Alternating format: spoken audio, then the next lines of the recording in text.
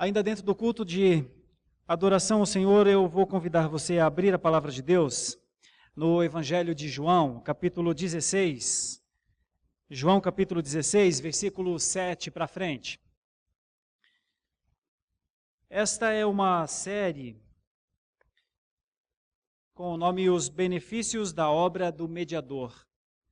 Os Benefícios da Obra do Mediador. Essa é a segunda breve mensagem, porque eu tenho feito sempre no domingo pela manhã. Nós temos 15 a 20 minutos de tempo para fazer isso, mas é a segunda mensagem de 5 mensagens acerca do capítulo 10 do Catecismo Maior de Westminster, que tem o tema Os Benefícios da Obra do Mediador. Uma consideração em vista de Deus ter feito, e nós louvamos muito ao Senhor por isso, estar fazendo uma obra na vida da nossa igreja, trazendo irmãos e irmãs, ou trazendo a fé pela primeira vez, ou trazendo de outras denominações, irmãos e irmãs, já cristãos, mas que passam pela pública profissão de fé, nas nossas salas de novos membros, que nós chamamos de classe de catecúmenos, e irmãos e irmãs que têm conhecido a fé reformada. Então, eu quero fazer essa consideração porque eu estou levando em conta isso. Eu estou olhando para a igreja nessa manhã e não cabe mais absolutamente ninguém nessa nave, tanto é que nossos irmãos estão assentados no salão, e eu tenho certeza que muitos estão conhecendo o que é a teologia reformada. E nossa missão é ajudá-los a compreender sempre mais o que é a teologia reformada. E um dos pontos necessários em termos de compreensão é o papel do Espírito Santo. Por quê? Porque quando muitos irmãos saem de algumas denominações e vêm para a Igreja Presbiteriana do Brasil, a primeira acusação que lhes é feita é: essa igreja não tem o Espírito. Como é que vocês vão para uma igreja que não acredita, por exemplo, no Espírito Santo? E então muitos chegam à Igreja Presbiteriana do Brasil, ou outras igrejas reformadas, primeiro sendo acusados dentro das suas denominações que estão regredindo na sua fé. Porque como podem deixar a igreja que tem, onde ao Espírito e à liberdade, como muitas vezes é dito e é usado esse versículo, onde há o Espírito e a liberdade, e aqui na nossa igreja, na nossa denominação, é um local onde o Espírito pode operar livremente. Como é que você vai para uma igreja que eles amarram o Espírito, não deixam o Espírito agir, e muitos, por conta disso, não nos consideram nem cristãos?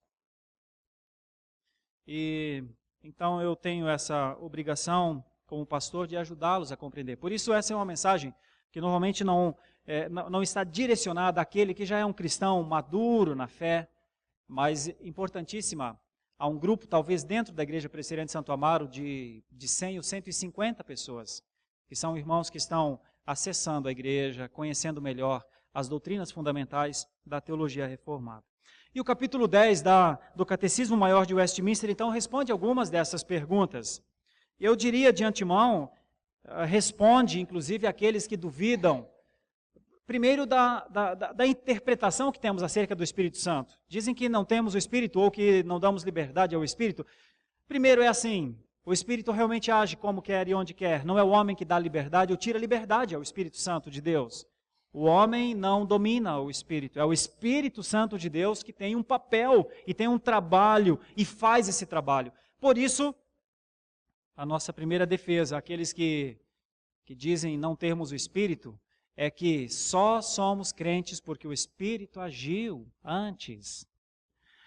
Aqueles que dizem que dentro da Igreja Presbiteriana do Brasil o Espírito é amarrado, não tem liberdade, é preciso afirmar: o Espírito Santo de Deus cumprirá o seu propósito, o propósito para o qual ele existe, o propósito para o qual ele faz parte na vida do povo de Deus. Entendamos ou não, façamos o que quisermos fazer ou não. Então, mais do que nunca, essa é uma igreja que preserva o fiel entendimento acerca do Espírito Santo de Deus. Tanto é que nosso reformador João Calvino, lá nos idos de 1500,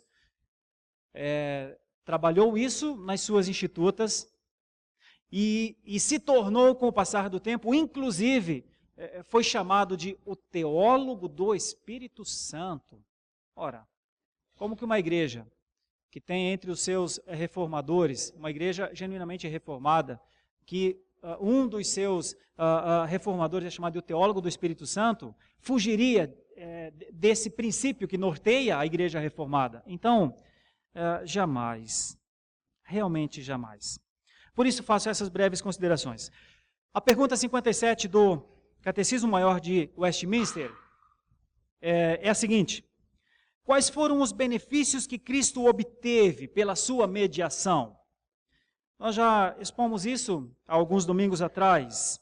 Cristo, pela sua mediação, adquiriu a nossa redenção, juntamente com todos os mais benefícios do pacto da graça. E quais são esses outros benefícios do pacto da graça? A justificação, a adoção, a santificação e os demais benefícios que nesta vida tanto acompanham quanto brotam destes benefícios, inclusive a certeza do amor de Deus, a paz de consciência e a plenitude do Espírito Santo, o crescimento em graça e a perseverança neles até o fim. São muitos os benefícios que Cristo obteve pela sua mediação. Alguém objeto da graça de Cristo tem em seu favor tantos benefícios que realmente o fazem alguém diferente do mundo. Entre os benefícios que Cristo obteve pela sua mediação, não está um ajustar de foco, não está um melhorar de caráter, não está um acréscimo nas boas intenções, não. Entre os benefícios que Cristo adquiriu está o ato, está a condição de sermos completamente redimidos, totalmente redimidos. Certo? Então Cristo veio porque Ele é o Redentor. Cristo veio para redimir os que são seus. Mas como esses entendem? Como estes, e aí é a pergunta 58 do Catecismo Maior de Westminster, como nos tornamos participantes dos benefícios que Cristo adquiriu? Como acontece este processo? Aqueles que estão dando os primeiros passos na fé, é importante entender, tornamo-nos participantes dos benefícios que Cristo adquiriu pela aplicação destes benefícios a nós, e esta é a obra do Espírito Santo. Qual é a grande obra do Espírito Santo?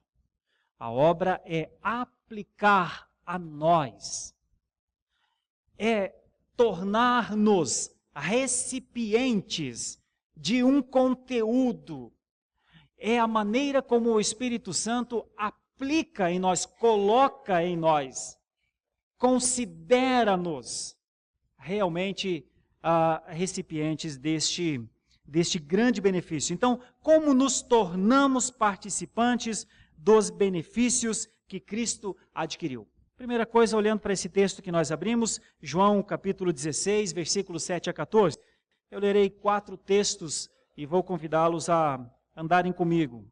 3 textos em João e 1 texto em Tito. O primeiro, este de João. João capítulo 16, versículo 7.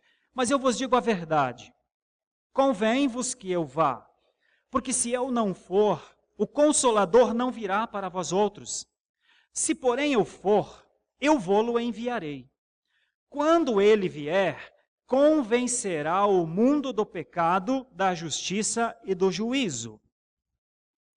Então aqui nós temos uma palavra explicativa acerca do ministério do Espírito Santo, do serviço, da obra que ele faz. E essa obra, meus irmãos, abro apenas uma entrelinha aqui. Essa obra tem a ver com lucidez, essa obra tem a ver com reconhecimento de pecado. O grande trabalho do Espírito Santo é falar ao nosso coração, dizer à nossa alma, dizer ao Espírito que está dentro de nós, pecador. A obra do Espírito Santo tem a ver com lucidez, com discernimento. A obra do Espírito Santo não tem a ver com levar o homem a fugir da sua consciência, a levar o homem a ter as inúmeras, entre aspas, experiências. O Espírito Santo não é alienante e não tira a nossa capacidade de pensar. Qual é a grande missão, olhando aqui para esse texto? A obra do Espírito Santo na vida, no mundo, em todos os tempos, convencer. Isso é muito sério. Porque precisa se tirar o mito de que a ideia do Espírito Santo, as maiores experiências do Espírito Santo tem a ver com alucinações, e tem a ver com fechar os olhos e perder consciência, e muitas outras coisas. À luz das Escrituras, o Espírito Santo vem para mexer num coração que não quer ser mudado. O Espírito Santo vem para colocar a mão no peito de alguém que quer fugir de Deus. E aí explica, logo a seguir, 8 diz, quando ele vier, convencerá o mundo do pecado, da justiça e do juízo. 9, do pecado, porque não creem em mim. 10, da justiça, porque vou para o Pai e não me vereis mais. Do juízo, porque o príncipe deste mundo já está julgado. E aí Jesus vai concluir dizendo, eu tenho ainda muito que vos dizer, mas vós não o podeis suportar agora. Quando vier, porém, o Espírito da verdade, ele vos guiará a toda a verdade. Porque não falará por si mesmo, mas dirá tudo o que tiver ouvido e vos anunciará as coisas que hão de vir. Ele me glorificará, porque há de receber do que é meu e vô-lo-á de anunciar. Irmãos, 2 coisas aqui apenas, mas que são, entendo, de muita importância. O ministério do Espírito Santo é guiar o povo de Deus a Cristo, ao reconhecimento da obra, ao entendimento da obra. Como ser salvo se não entender que aquele homem morreu na cruz? Como entender a salvação se não entender que depois da cruz e da sua morte, ele levantou da morte? Como não entender estas coisas? Como ser salvo sem entender que o nosso Redentor verdadeiramente vive e sempre viverá? Como entender isso? À luz dos esforços humanos, jamais. Então, o Espírito Santo nos guiará, diz o texto. Tem guiado aqueles que têm reconhecido seus pecados e têm entendido que por conta dos seus pecados estão mortos e por conta da sua morte, e essa morte como pagamento, essa morte inevitável, como toda a humanidade, seria o fim da própria humanidade, mas na ressurreição de Cristo, todos os mortos nos delitos e pecados são ressuscitados nele. Como entender essas coisas? Isso é objeto de entendimento que só o Espírito Santo pode fazer. Só o Espírito Santo pode chegar no coração de um homem e de uma mulher pecadora, colocar vida lá, para que esta vida lá frutifique na vida eterna. E é por isso, meus irmãos, importante falar, principalmente aos novos, o Espírito Santo não entra depois. O Espírito Santo, e por isso não há necessidade de um segundo batismo, ou do batismo do Espírito Santo. Simplesmente não há necessidade, porque o Espírito Santo não entra depois na vida do salvo. O Espírito Santo age antes. Só se converte quem já foi tocado e foi recipiente do poder do Espírito Santo. É o Espírito Santo que convence antes. Irmãos, esse ainda é um assunto que dará muito pano para manga. Mas essa é a nossa posição e essa é a nossa postura. O Espírito Santo não age depois na vida do crente. O Espírito Santo age antes. Ele não age depois, ele agirá depois. Mas para a salvação ele age antes. Você só conhece a Jesus por conta do Espírito Santo. Em linhas gerais, porque você foi batizado nele antes. Então não precisa um segundo. O que é que nós precisamos depois? Efésios 5 vai dizer o que é que nós precisamos depois. Mas você só está aqui nessa manhã porque o Espírito Santo agiu em ti. Você só está aqui nessa manhã porque o Espírito Santo te convenceu. Você só está aqui nessa manhã porque o Espírito Santo te mostrou que a sua vida longe de Deus é uma vida de perdição e que você caminharia para a autodestruição, porque não há dentro de ti, nem de nós, qualquer condição de busca pelo Senhor a partir dos nossos esforços. Quer saber? O Espírito Santo é o grande responsável por te trazer para cá. Então muitos trazidos, amparados, dirigidos, guiados, sustentados, ainda ficam dizendo, vem Espírito Santo, venha, salva-me. Ele já fez isso. Se tu és um cristão hoje, foi porque o Espírito de Deus fez isso na sua vida. Bom, isso é o que o texto bíblico de João 16, 7 a 14 parece dizer. Agora vejam alguns textos, mais 3 textos e nós caminhamos para o encerramento. Texto conhecido, João 1, versículo 10. Versículo 10 até o versículo 14. João 1, 10 a 14. João 1, 10 a 14. O Verbo estava no mundo. O mundo foi feito por intermédio dele, mas o mundo não o conheceu. Veio para o que era seu, e os seus não o receberam. Mas a todos quantos o receberam, e esse o receberam, se deu pela ação exclusiva do Espírito Santo, fazendo-nos receber. Deu-lhes o poder de serem feitos filhos de Deus, a saber, aos que creem no seu nome, os quais não nasceram do sangue, nem da vontade da carne, nem da vontade do homem, mas de Deus. Esse nascimento foi obra do Espírito de Deus. Versículo 14. E o Verbo se fez carne e habitou entre nós, cheio de graça e de verdade, e vimos a sua glória, glória como do unigênito do Pai. Agora um outro versículo. João ainda, capítulo 3, na conversa de Jesus com Nicodemos. João, capítulo 3, versículos de 1 a 10. Aqui, mais uma vez, Jesus está dizendo a este homem, se o Espírito Santo não lhe der vida antes, você não nasce, Nicodemos. Se o Espírito Santo não entrar em ti antes, você não nasce. Havia entre os fariseus um homem chamado Nicodemos, um dos principais dos judeus. Este de noite foi ter com Jesus e lhe disse, Rabi, sabemos que és mestre vindo da parte de Deus, porque ninguém pode fazer estes sinais que tu fazes se Deus não estiver com ele. A isto respondeu Jesus, em verdade te digo, que se alguém não nascer de novo, não pode ver o reino de Deus. Perguntou-lhe Nicodemos, como pode um homem nascer sendo velho? Pode, porventura, voltar ao ventre materno e nascer segunda vez? Respondeu Jesus, em verdade te digo, quem não nascer da água e do Espírito não pode entrar no reino de Deus. Antes era ver, agora é entrar. O que é nascido da carne é carne, o que é nascido do Espírito é Espírito. Se não nascer antes, não vira crente. Quem não for tomado antes pelo Espírito Santo de Deus, jamais poderá fazer pública profissão de fé.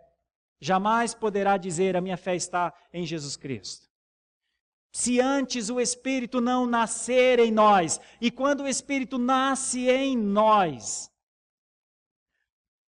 nós começamos a entender, preciso fazer morrer a minha carne, preciso fazer morrer a minha natureza terrena, preciso viver crucificado com Cristo. É o Espírito Santo em nós, a ação do Espírito Santo em nós, que começa a fazer-nos negar.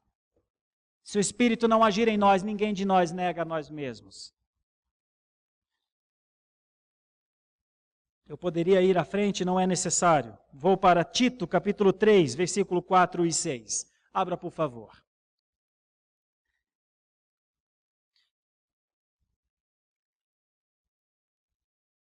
Tito, capítulo 3, versículos 4 a 6.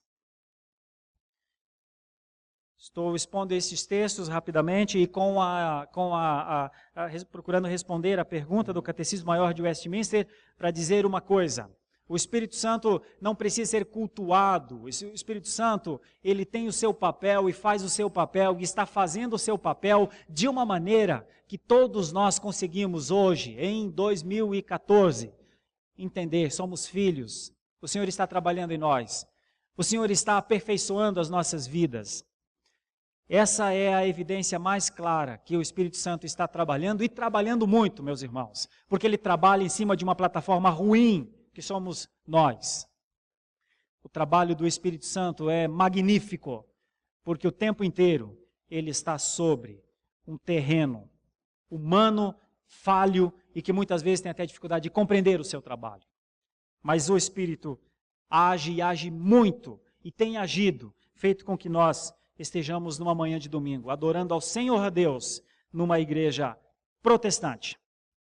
Quando, porém, se manifestou a benignidade de nosso Deus, nosso Salvador, e o seu amor para com todos, não por obras de justiça praticadas por nós, mas segundo a sua misericórdia, ele nos salvou mediante o lavar regenerador e renovador do Espírito Santo, que ele derramou sobre nós ricamente por meio de Jesus Cristo, o nosso Salvador. Ainda o versículo 7, a fim de que, justificados por graça, nos tornemos seus herdeiros, segundo a esperança da sua vinda. Aqui tem as duas funções, a função de Cristo e a função do Espírito Santo. Qual é a diferença entre a obra de Cristo e a obra do Espírito Santo? A partir aqui do texto de Tito 3, versículo 4, um a conquistou e o outro a aplicou. Um permitiu com que nós nos tornássemos participantes e o outro aplicou na nossa mente o entendimento do que foi esse benefício. O Espírito Santo nos leva a um estado de profunda gratidão. Por que é necessário que o Espírito Santo aplique em nós a redenção de Cristo? Porque não conseguiríamos fazer isso por esforço nosso, meus irmãos. Sempre fugiríamos, sempre fecharíamos os nossos olhos e ouvidos. Ele nos convence do juízo e do pecado e nos conduz ao arrependimento e à fé. Reverendo, então eu tenho participação, assim que eu me convenço disso, e quando tomo a decisão por, então, me entregar a Cristo, então a salvação depende deste meu ato.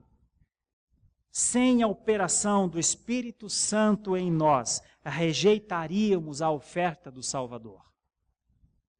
Quando os nossos corações são mudados pelo seu poder, então aceitamos o Evangelho.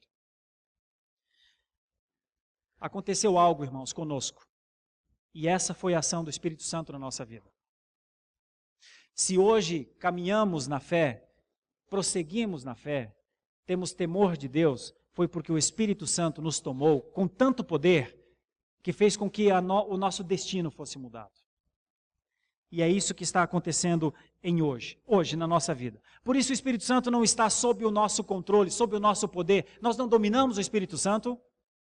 Ele é livre. Ele é tão livre que fez de nós, pecadores, neste momento, pessoas conscientes do nosso pecado. Se o Espírito Santo não tivesse agido, nós continuaríamos a ser pecadores, mas não teríamos consciência do nosso pecado. Mas hoje temos. E a consciência dos nossos pecados nos leva ao arrependimento e à fé. Como fazer isso, se não pelo seu poder? E eu finalizo com o texto de Efésios 5:18, por favor, abra. Efésios capítulo 5, a começar do 17. Efésios capítulo 5, dos versículos 17 em diante. Efésios 5, 17 em diante. Está escrito assim: por esta razão, Efésios capítulo 5, versículo 17. Por esta razão, não vos torneis insensatos, mas procurai compreender qual a vontade do Senhor. E não vos embriagueis com vinho, no qual há dissolução, mas enchei-vos do Espírito, falando entre vós com salmos, entoando e louvando de coração ao Senhor, com hinos e cânticos espirituais, dando sempre graças por tudo a nosso Deus e Pai, em nome de nosso Senhor Jesus Cristo, sujeitando-vos uns aos outros no temor do Senhor. Irmãos, uma palavra só aqui é o suficiente para entender. A palavra enchei-vos do Espírito Santo é mais ou menos assim: sejam cheios dele, sejam plenos dele, sejam completos dele. Esperem do Senhor o enchimento e Deus os encherá. É o máximo que nós podemos fazer. Queiramos ser convencidos pelo Espírito Santo, busquemos, oremos ao Senhor e Ele nos encherá. Não é uma obra de capacidade humana, mas é uma obra que, se Deus quiser fazer, Ele faz. Os homens e mulheres têm o privilégio, e isso faz parte, entre outras coisas, dos benefícios da obra do mediador, de serem constantemente enchidos do Espírito Santo. Então, irmãos, dizer que em uma igreja reformada não tem o Espírito Santo é um perigo e talvez até um pecado, porque é onde o Espírito Santo age, levando o seu povo a uma consciência tão profunda do seu pecado que os quebranta diante do Senhor, os leva ao choro, à dor. Essa é a obra do Espírito em nós. Ele há de continuar a nos convencer e nos levar ao arrependimento e à fé, para que cada vez mais vivamos numa gratidão tão intensa à ação do Espírito Santo de Deus em nós, que o adoraremos com todas as nossas forças, com todo o nosso tempo e com toda a nossa fidelidade.